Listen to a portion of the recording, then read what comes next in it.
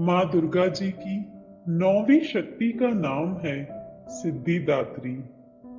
ये सभी प्रकार की सिद्धियों को देने वाली माता कृपालु, दयालु और भक्त वत्सल है।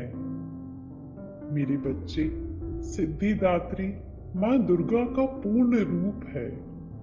मान्यता है कि केवल इस दिन माँ की उपासना करने से संपूर्ण नवरात्रि की उपासना का फल मिल जाता है। आओ अब हम माँ के स्वरूप का ध्यान करते हैं। मेरे बच्चे, तुम कोमलता से अपनी आंखें बंद कर लो और मेरे निर्देशानुसार माँ का चित्रण करने की कोशिश करो।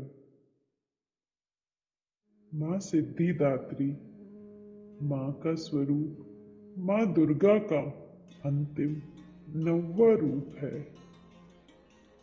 यह समस्त वरदान और सिद्धियों को देने वाली है। कमल पुष्प पर विराजमान है। उनके हाथों में शंख, चक्र, गदा और पद्म है। कहा जाता है कि यक्ष, गंधर्व, किन्नर, नाग, देवी देवता, मनुष्य सभी इनकी कृपा से सिद्धियों को प्राप्त करते हैं।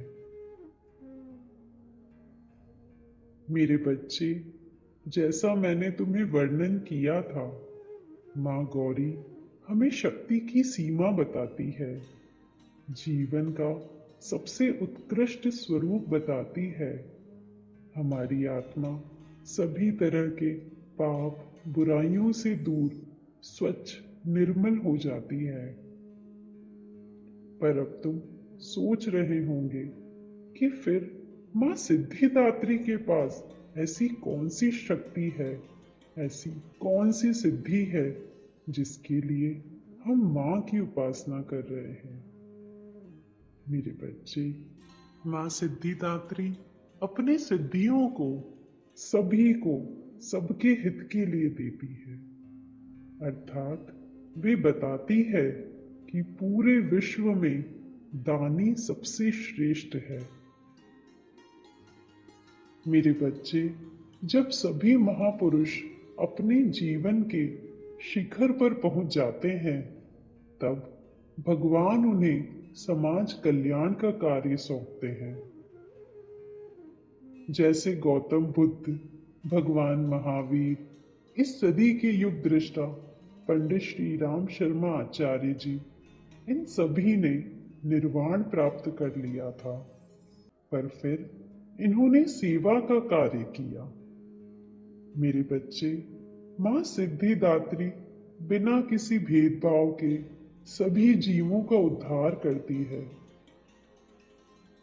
तुमको भी माँ को वचन देना होगा कि अपने जीवन में जो भी कर्म करोगे, जो भी धन संपदा एकत्रित करोगे, उसका एक अंश देश, समाज, परिवार के हित के लिए अवश्य खर्च करोगे।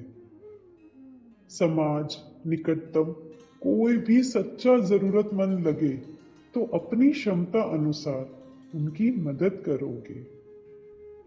मेरे बच्चे, चैत्र नवरात्रि का 9वां दिन रामनवमी के रूप में भी मनाया जाता है। इस दिन भगवान श्री राम का जन्म हुआ था। श्री राम मर्यादा पुरुषोत्तम, अर्थात पुरुषों में सबसे उत्तम, वे आदर्शों के प्रतिरूप थे। वह जीवन के हर स्वरूप में सर्वोत्तम थे, अर्थात वह एक आदर्श पुत्र, भाई, बेटे, पिता, पति, योद्धा और एक आदर्श राजा बने।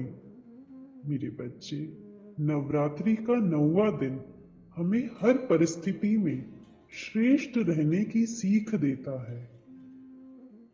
आओ अब हम माँ सिद्धिदात्री से प्रार्थना करें कि वह हमें सद्बुद्धि दे, श्रेष्ठ रास्ते पर चलने की शक्ति दे और सदा हमारा मार्गदर्शन करे।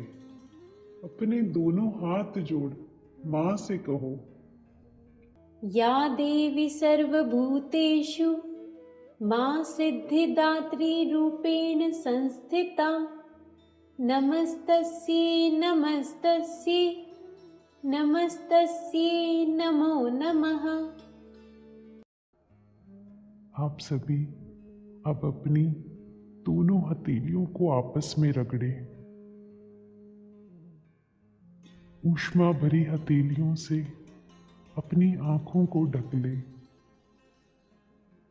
अब कोमलता से धीरे धीरे उन्हें खोले। कुछ देर शांत भाव से ही बैठे रहे। ध्यान के आनंद को महसूस करें। ओम शांति ही शांति ही शांति ही।